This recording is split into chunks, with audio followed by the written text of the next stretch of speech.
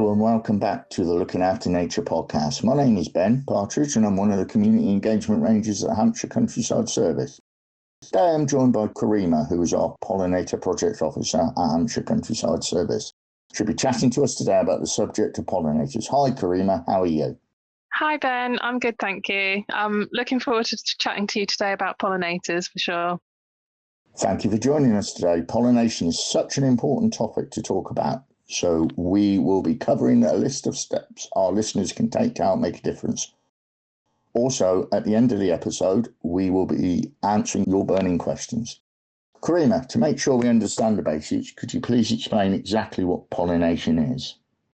It's the process by which plants reproduce, basically. It's the act of transferring pollen grains from the male part of the plant, the stamen, to the female part of the plant, which is the stigma. Sometimes that's done within the same plant and sometimes it's across different plants. And some plants they'll self-pollinate, where these things are really close together. Some of them will be pollinated by the wind, but most plants use cross-pollination, which is carried out by insects like butterflies and honeybees. So yeah, that's kind of it in a nutshell. Basically, the bees and the butterflies, all the different insects will be flying from one plant to another to get nectar, and they'll sort of get pollen all over their bodies and they'll carry it to the next flower. Is it mainly insects that do the pollination? Some pollination is done by wind. In some other countries, you'll get birds doing pollination, like hummingbirds over in the Americas, and even bats as well. But in this country, yes, it's mainly insects. So there's 6 main group of insects that carry out pollination, and that is wasps, bees, flies, including our hoverflies, moths, butterflies, and beetles. I'm surprised you mentioned wasps, as they're normally the bad guys. I didn't realise. Yeah, they get a bad reputation, don't they? But yeah, wasps are really important part of our ecosystem. They carry out pollination as well as a whole range of other things as well. Is there any particular time of year when this happens?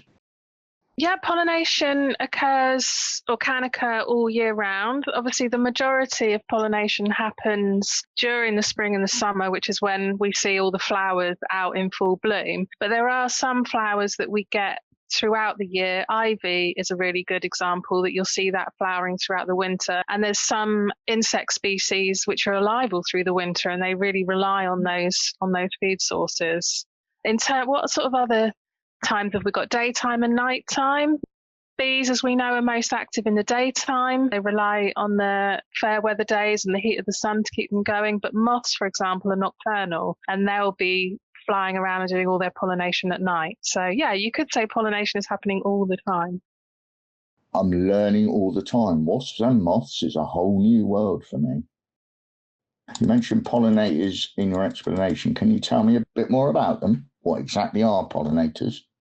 We talked about a number of different animals that carry out pollinators, but in this country, we've got, that I mentioned, those 6 main groups of pollinators, and they're the ones that are actually purposefully seeking out the pollen and the nectar from the flowers. So the pollen is the pollen grains of what transfers, that male part to the female part. So that's an important part of the flower. But the nectar is like a very sweet, watery liquid, which the flower produces just as a reward for the pollinating insects. So some insects will be eating pollen and some will be eating nectar. Some will be seeking out both. And yeah, most of them will be going in to get the nectar and then getting the pollen all over their bodies. And then when they visit another flower, some of that pollen will rub off. And it's really interesting as well, if you start looking at all these different insects, how some are more effective pollinators than others, for example. So honeybees collect the pollen on leg baskets on their leg, and you can see, if you look carefully, these little orange balls on their back legs where it's just collecting. Whereas bumblebees, they're obviously big and really fluffy.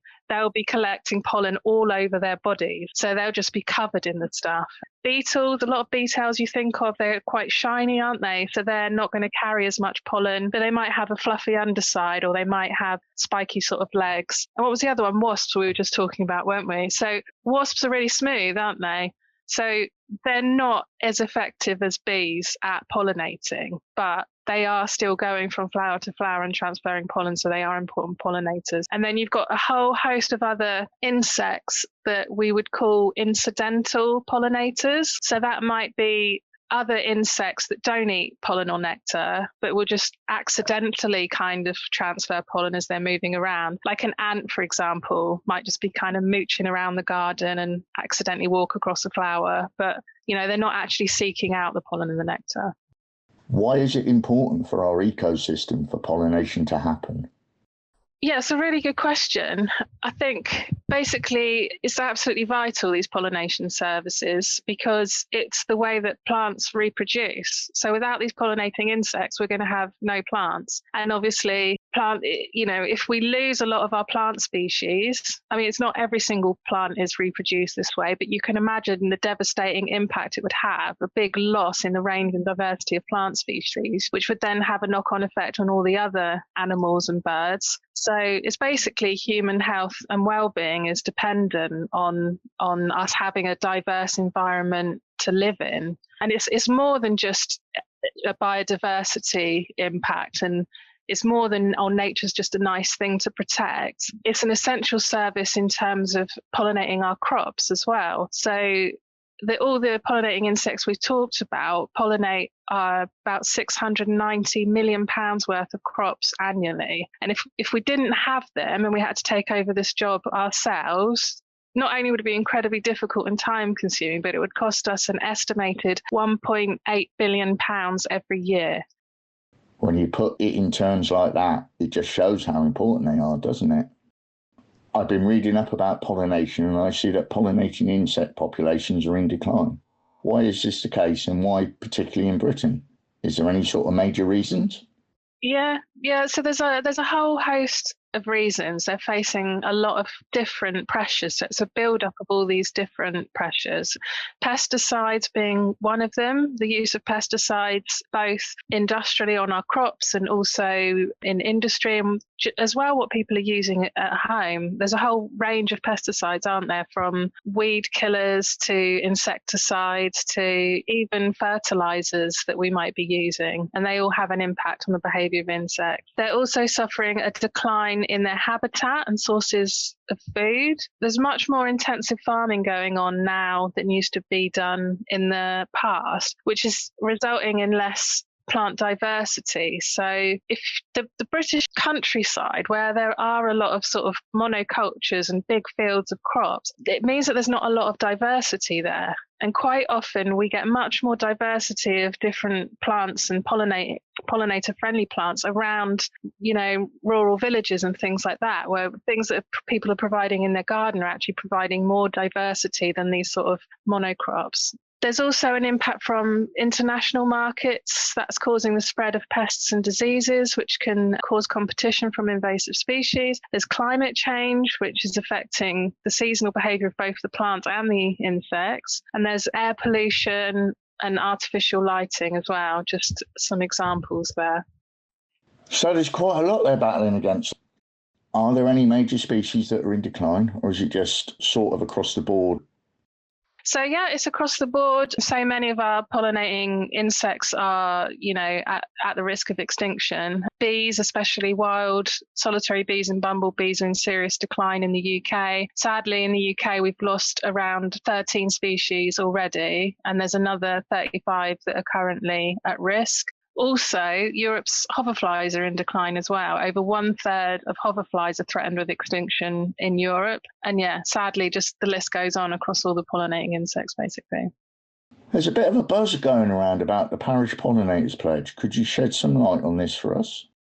Yeah, well, as you know, the Hampshire Countryside Service is responsible for the management of a lot of land. I think we've got over 3,500 hectares of land which we look after, which includes 5 national nature reserves, 31 local nature reserves, 32 areas of sites of special scientific interest. So we're already doing loads for pollinators, but with the threat that we were talking about to pollinators being a loss of habitat, and we need a lot more habitat for them, but we need a lot of connectivity between different habitats. So alongside our pledge for pollinators, we've also set up the Parish Pollinators Pledge, and we're working with parish councils all over Hampshire to try and encourage and support them to better manage their land for pollinators as well. One of the recent successes we've had with that is one of our pollinator contacts has been over to Berriton Parish Council, where they worked with volunteers, not just from the village of Berriton, but also from the South Downs National Park. And they came together to clear some rights of way that were overgrown with vegetation, but to do this in a sort of special pollinator-friendly way. So perhaps varying the edges along the path, creating different lengths of vegetation. So it's a lot more time intensive for people, and that's why all the volunteers were involved. But yeah, that's been done, and it brought a lot of people together. So that's a really good example of how that project is already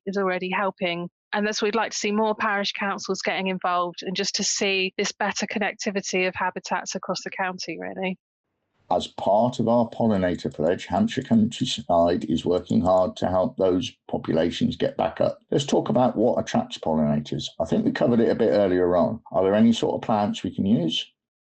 Yeah, as part of our pollinator pledge, we're asking everybody to get involved. We're taking steps already within Hampshire Countryside Service to help pollinators, but we want to have a more joined up effect. So we're working with other landowners and land managers, and we're also promoting the pollinator pledge to sort of give you ideas for what you can do at home. You can plant wildflowers or sow wildflower seeds at home, and it doesn't matter if you've got a garden or not. You can still plant things in pots or, window boxes. If you've got a lawn, we suggest cutting your lawn less often. I think it was the sort of classic English lawn that you see was basically created as a symbol of the upper classes, basically, to show your wealth of what a lovely manicured lawn you could keep. But there's no real reason for us all to have a bowling green type of lawn. So we'd encourage you to think about reducing the frequency of your mowing to perhaps every 3 to 4 weeks, and then removing the cuttings as well, because if the